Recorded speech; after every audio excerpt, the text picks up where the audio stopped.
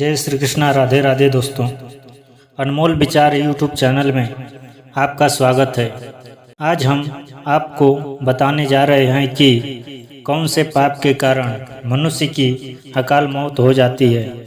तो दोस्तों, आज से आपसे निवेदन है कि अगर आप हमारे चैनल पर नए हैं तो पहले चैनल को सब्सक्राइब कर लें, जिससे हमारी नई नई वीडियो आप तक पहुंचती रहे। तो चलिए दोस्तों, इस वीडियो को ध्यानपूर्वक अंत तक देखते रहिए, जिससे इसमें का एक एक शब्द आप लोगों की पूरी तरह से समझ में आ सके।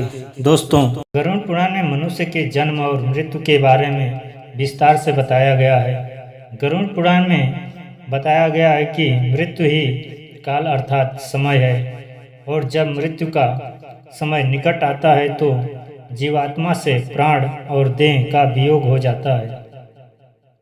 प्रत्येक मनुष्य के जन्म और मृत्यु का समय निश्चित होता है, जिसे पूरा करने के बाद ही मनुष्य को मोक्ष की प्राप्ति होती है और वह पुनः दूसरे शरीर को धारण करता है।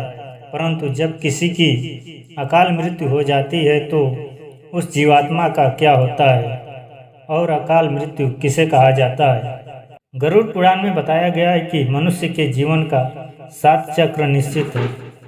अगर कोई मनुष्य इस चक्र को पूरा नहीं करता है, अर्थात अकाल मृत्यु को प्राप्त हो जाता है, उसे मृत्यु के बाद भी कई प्रकार के कष्ट भोगने पड़ते हैं। इसलिए इससे पहले यह जानना जरूरी है कि अकाल मृत्यु क्या होती है, अर्थात किस तरह की मृत्यु को गरुड़ पुराण में अकाल मृत्यु की श्रेणी में रखा गया है।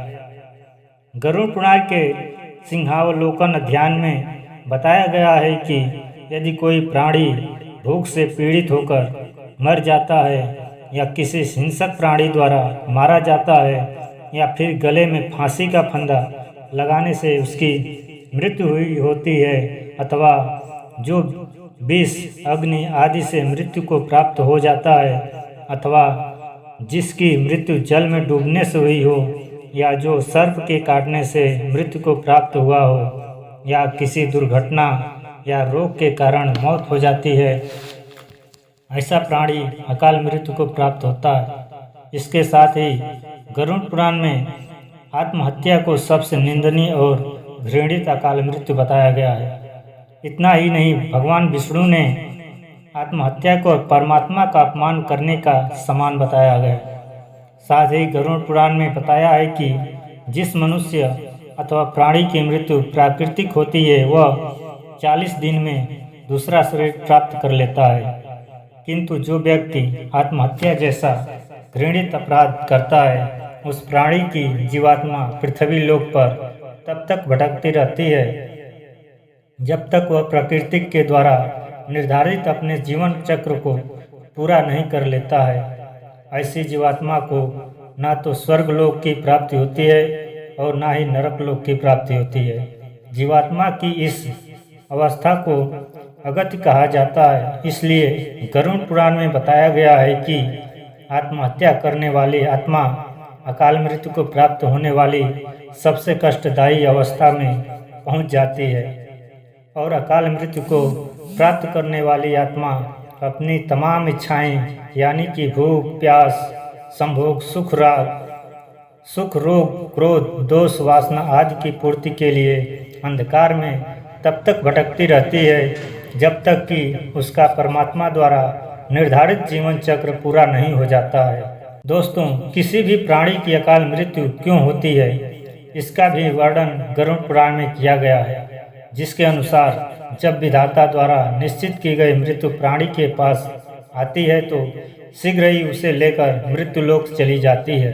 दोस्तों, प्राचीन काल से ही वेद का यह कथन है कि मनुष्य 100 वर्ष तक जीवित रहता है, किंतु जो व्यक्ति निंदित कर्म करता है वह शीघ्र ही भ्रष्ट हो जाता है। जो व्यक्ति वेदों का ज्ञान न होने के कारण वंश परंपरा और सदाचार का पालन नहीं करता है, और जो आलस्यवश कर्म का परित्याग कर देता है, और जो सदैव त्याज्य कर्म को सम्मान देता है, और जो जिस किसी घर में भोजन कर लेता है, और जो पर स्त्री में अनुरुक्त रहता है, इसी प्रकार के अन्य महादोषों से मनुष्य की आयु क्षीण हो जाती है। श्राद्धहीन, अपवित्र, नास्तिक, मंगल का परित्याग करने वाले, द्रोही, असत्यवादी ब्राह्मण की मृत्यु अकाल में ही यमलोक ले जाती है। प्रजा की रक्षा न करने वाला, धर्माचरण से हीन, क्रूर, व्यसनी, मूर्ख, वेदानुशासन से पृथक और प्रजा पीड़क क्षत्रिय को यम का शासन प्राप्त होता है। ऐसे दोषी ब्राह्मण और क्षत्रिय मृत्यु के वशीभूत हो जाते हैं और यम यातना को प्राप्त करते हैं। जो अपने कर्मों का परित्याग तथा जितने मुख्य आचरण हैं उनका परित्याग करता है और दूसरों के कर्म के निवृत्त रहता है, वह निश्चित ही अकाल मृत्यु को प्राप्त होता है। दोस्तों, और जो शूद्र द्विज सेवा के बिना अन्य कर्म करता है वह भी निश्चित समय से पहले यमलोक जाता है। आशा करते हैं कि ये वीडियो आप लोगों को पसंद आई हो तो चैनल को लाइक और सब्सक्राइब जरूर करें। धन्यवाद दोस्तों। राधे राधे। जय श्री कृष्णा।